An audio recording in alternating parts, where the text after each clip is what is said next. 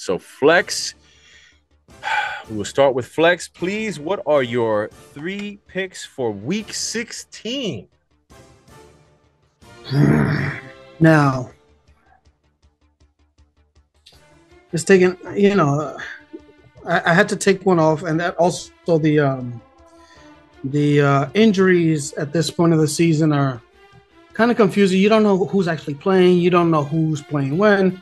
So for my 1-point pick, I'm going to start off with the Cleveland Browns.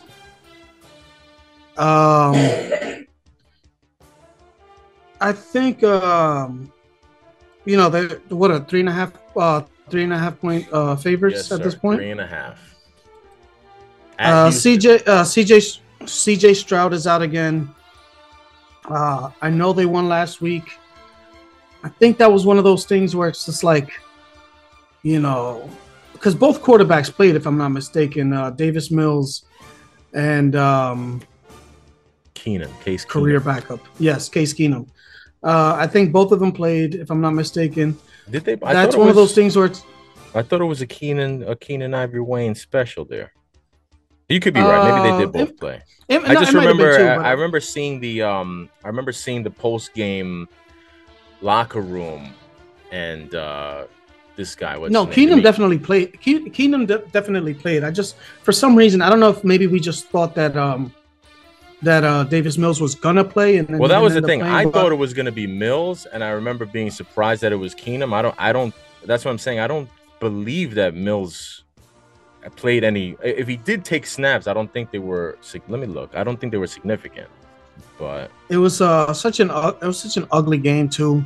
Like, even though it came down to the wire, it wasn't. Mills's box score is he was 0 for 0, no completions, no attempts, but he did take a sack for 10 yards. So I don't know how many snaps. Okay, so I knew I saw him at some point.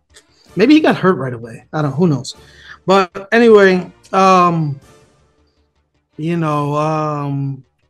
This is not a defense that's gonna cause Joe Flacco to, get rid of the ball super early. He doesn't want the contact. Will Anderson is out for the Houston Texans.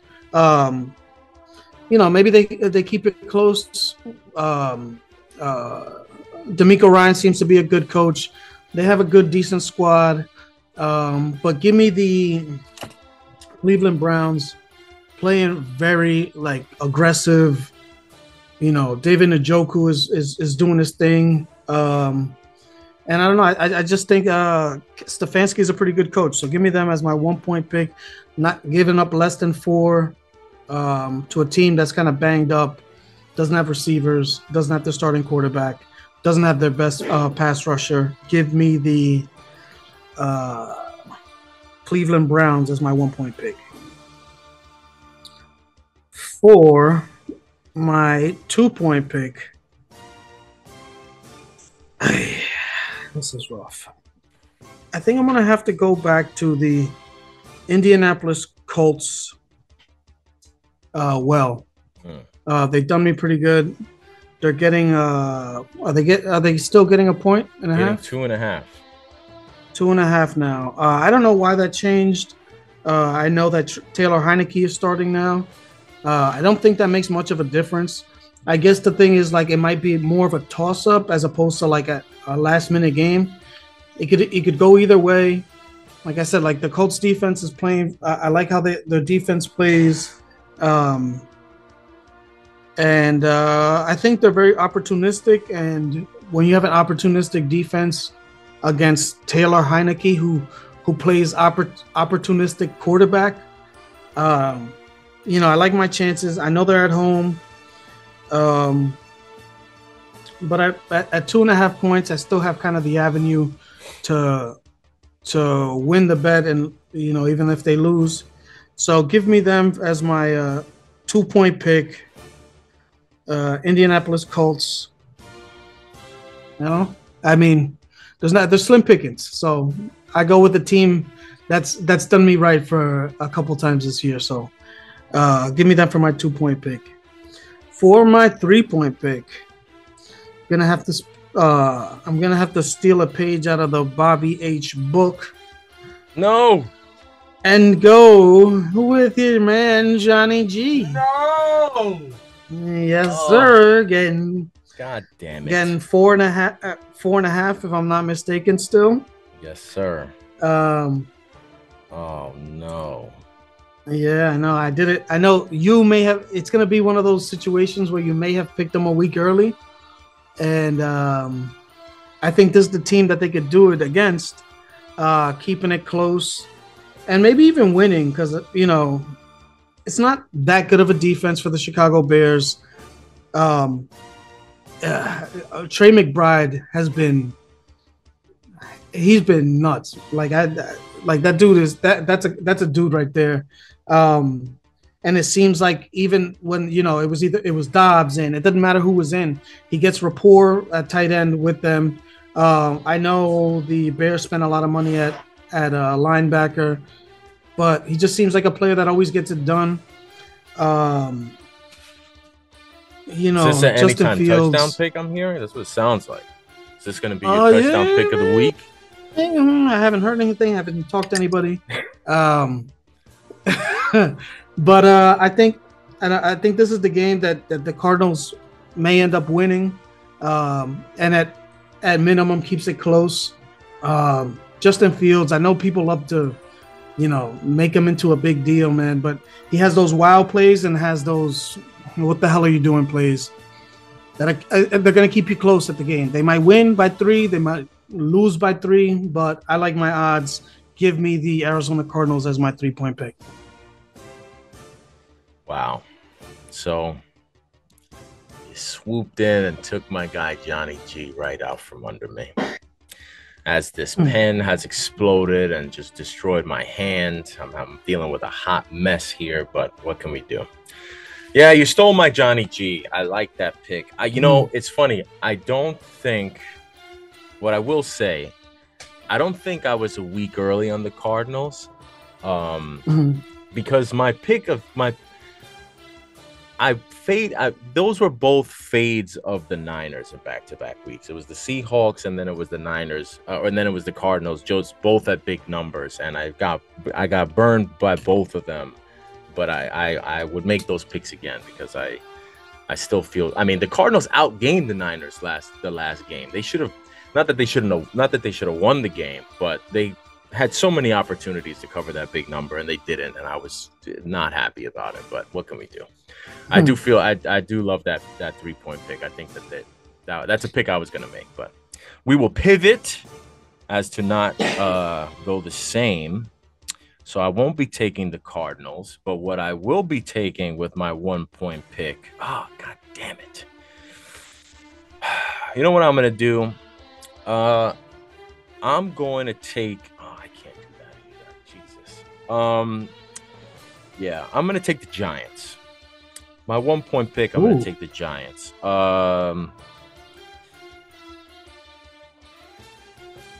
Again, I'm taking the big number, and hasn't worked out for me for the last 2 weeks, but this is a bigger number than I've gotten the last 2 weeks. And at least this time, I'm taking the big number, and I know who my quarterback is going to be. It's going to be Tommy Overcharged the Pizzeria DeVito. At least I know I'm getting him. I'm not messing around with any Drew Lock shenanigans like I did the first time I tried to take the big number. Division game. Giants coming off of a bad performance. I think that they, it's crazy because the Eagles have just completely destroyed the Giants the last few times they faced, so that could be very dangerous for me. But where the Eagles currently are is not the Eagles of last season. I'm not one who thinks that they're in total free fall, but at the same time, I like taking teams coming off of a loss, but this Eagles team coming off of that loss Monday night, short week, division rival coming into the game, division rival who you have really embarrassed the last 2 times they played. If nothing else, I gotta feel like the coaching staff, like that, those losses were not on Tommy DeVito necessarily, but those losses do stay with the coaching staff. And I got to think that as a point of pride, Dable and Martindale gotta be thinking we gotta at least go into this game and be competitive. Damn, what's going on? The Eagles are at the most vulnerable that they have been since Dable and Martindale had an opportunity to play them, and they need to at minimum keep this a competitive game. So I'm thinking 13 that might be the game plan. Points. Yeah, I'm thinking 13.5 points. An Eagles team that is reeling a little bit. There's a lot of finger pointing going on. You're hearing things about, some dissatisfaction in the locker room. They're still banged up. Like I said, short week. And an Eagles team that at this point in the season right now, they're trying to get a win. I don't think that they really feel like they need to, run up the score or make some big statement against the New York Giants. I think that they'll be happy to just get back in the win column after a brutal stretch of games. So I'll take the Giants in a division game. Getting a big number against the Philadelphia Eagles for my 1-point pick. My 2-point pick. I so badly wanted to take the Cardinals, and you really screwed me here, pal. But instead, for my 2-point pick, I'm going to do... This is the third time's a charm pick. I'm going to take the Ravens. I'm going to take the Ravens getting 5.5 going up against... the team that has burned me that team that has cooked my 3-point pick the last 2 weeks in a row, the 49ers.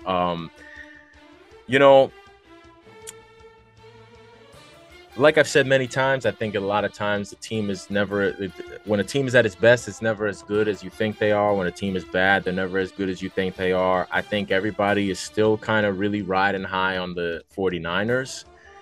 And I'm very lonely on this island, this not anti 49ers, but 49ers skeptical island. I'm here by myself. There's only a few other vacationers here with me, but I'm gonna stay with it. I think the 49ers are a really good team, but I still don't believe them to be this unbeatable, Super Bowl consensus lock that everybody says they are. There's a lot of trends that point to some of the difficulties that NFC teams have had when specifically facing Lamar Jackson. There are a lot of trends that point to Lamar Jackson's performance against the spread when either a dog or a favorite of 3 points or less. I think he's 19-1. So I'm going to go with that trend. The Lamar knows how to keep it close trend. And the 49ers also have a lot of they're a little banged up on defense, and primetime game, I think that they'll be up for it, but I think the Ravens will be up for it too. And I'm just going to hope that I feel like that's too big of a number. As good as the 49ers have been, I don't know that a lot of people think that the Ravens are the kind of looking like the class of the AFC at the moment, and I don't think that the 49ers are necessarily 5.5 points better than what people would consider to be the class of the AFC. So I'm going to roll with the Ravens. I'm going to fade the 49ers for 3 straight weeks for my 2-point pick. I won't make it my 3 again this week. Because for my 3-point pick, I'm going to go to my guy, my man. I couldn't go with my number 1 coach in the league, so I guess I'll go with my number 2 coach in the league when it comes to covering spreads at home, and that is the great Mike Vrabel and the Tennessee Titans. Titans getting 3.5 at home. I don't know necessarily what to expect at starting quarterback for the Seahawks. Seahawks on a short week. Seahawks did not look particularly great against the Eagles team that came into that game limping. I think the Seahawks are a good team. I don't think they're a great team. Traveling to the East Coast, we all know what the trends say about West Coast teams playing at an early kickoff on the East Coast and how that tends to be a little bit worrisome for them. Add to that the fact that they're on a short week. Add to that we don't even know who their quarterback going to be. Is it going to be Geno Smith? Is it going to be Drew Lock again? And the Titans, they play everybody for the most part pretty tough at home. They seem to, even though they didn't pull it out last week, they seem to be trending a little bit better this second half of the season than they did at the beginning of the season. And I don't even know if we might get I don't know if it's been announced yet, but we might even get Ryan Tannehill in that game. And maybe Ryan Tannehill, while he's not, he's not anything to really get too excited about, I kind of feel like I feel good in this spot about taking Tannehill, kind of a last, if he is the starter, kind of a last swan song moment at home, with this team. A team that I don't really think is going to have to put up a lot of points on offense to compete with the Seahawks. They still have Witherspoon banged up in the secondary. And now, I don't know what happened to Reek Woolen, but he seems to have been benched. So they have a little bit of question marks when it comes to what they're doing on defense. Another defense that is sneaky, kind of old, relying upon Bobby Wagner to still do it out there in the linebacking core. I mean, he's still effective, but he's been around long enough to know that it's not a comfortable position to be trying to tackle Derrick Henry. So, I'm gonna take the Titans in a game I think that they can win against the Seahawks team coming in on a short week. But give me the 3.5 points. I think for the most part, Vrabel tends to keep these Titans home games within 3.5 points anyway. So give me the Titans plus 3.5 for my 3-point pick. And then we haven't gotten Word Life's picks yet, but we do have the box. Cause of it ain't decent for the reason. Hit the brief and have the sergeant lynch. I'm proof that God exists. 1-point pick for the box. The box is taking the Tampa Bay Buccaneers. I forget who they're playing. Oh, they have the Jags at home. So Buccaneers. That's not really an away game. You might get Trevor Lawrence. You might not. Who knows? 2-point pick for the CJ Beathard. 2-point pick for the box. Cleveland Browns. You got to feel good about that one. Let's go. Cleveland Browns for 2 points. And then finally, 3-point pick for the box. No more bye weeks. Where are we going? No better feeling than when the box agrees with your 3-point pick. 2 for me, 3 for you. Oh, that feels good. So the box is going with the Buccaneers, the Browns, and the Tennessee Titans. 1, 2, and 3. And that's the all-yuck team. Yeah, nasty, disgusting quarterbacks in those games. It's a rough one, but we will see how it plays out. When you want to win money with these bets, sometimes you got to roll with some hideous-looking quarterbacks. Yes, sir. So let's get this money, and until next week, adios, let's go, amigos.